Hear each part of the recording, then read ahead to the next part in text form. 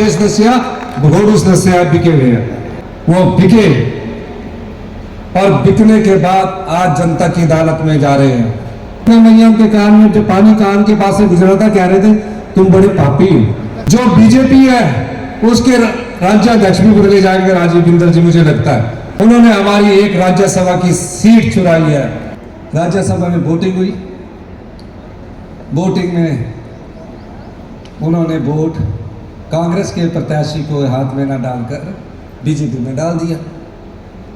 डालने के बाद हमने सोचा कि राज्यसभा में वोटिंग होगी, हमारा प्रत्याशी चुनाव हार गया। हारने के बाद ऐसा नहीं कि हम उनके खिलाफ कोई एक्शन ले सकते थे।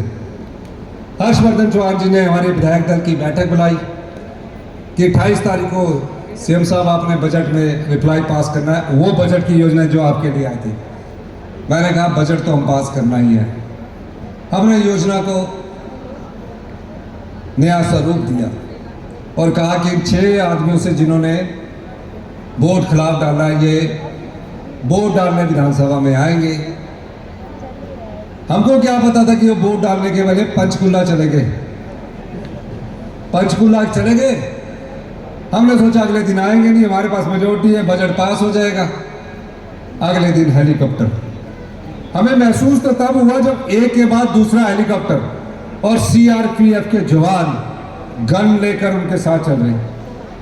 अरे हमने बोला हिमाचल प्रदेश तो शांति प्रिय प्रदेश है। हर्षवर्धन जी विधानसभा में उठ के बोलते हैं कि यहाँ गन की जरूरत नहीं है, हिमाचल में किसी बंदूक की जरूरत नहीं है।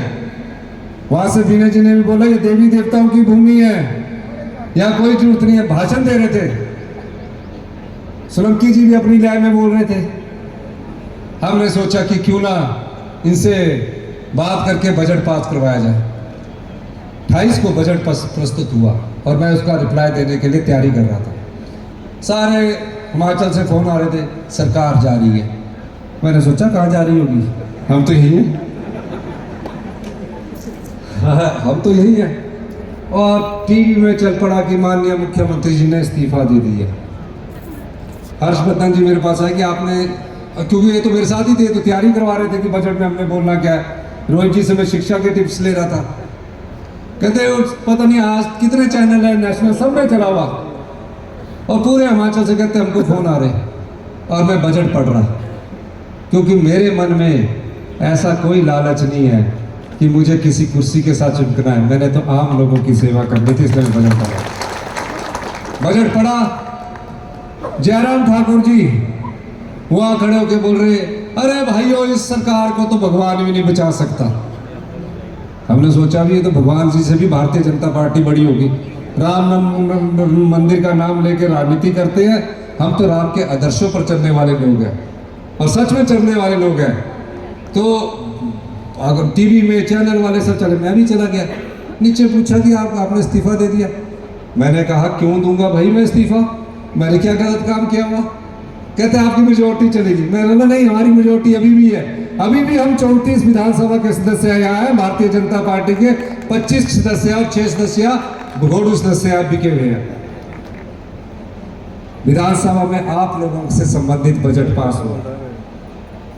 हमने सोचा 6 विधायक जो कांग्रेस के चुनाव चिन्ह हाथ पर चुनकर गए थे, किस पर चुनकर गए थे?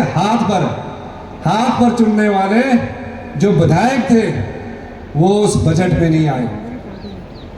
और उसी समय हर्षवर्धन जी ने स्पीकर महोदय से बोला 1 मिनट कि 6 कांग्रेस के विधायक जो हेलीकॉप्टर के माध्यम से आए हैं, माननीय अध्यक्ष महोदय वो सभागार में नहीं आए हैं, इन्हें डिस्क्वालीफाई किया जाना चाहिए।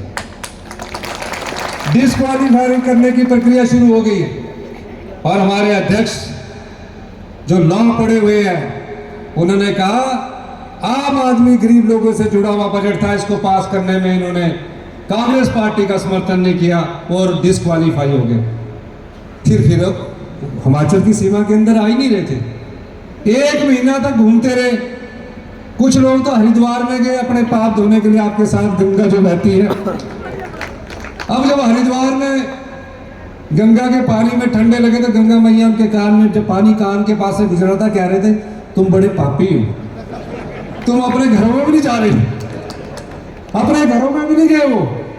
और 1 महीना तक वो घूमते रहे।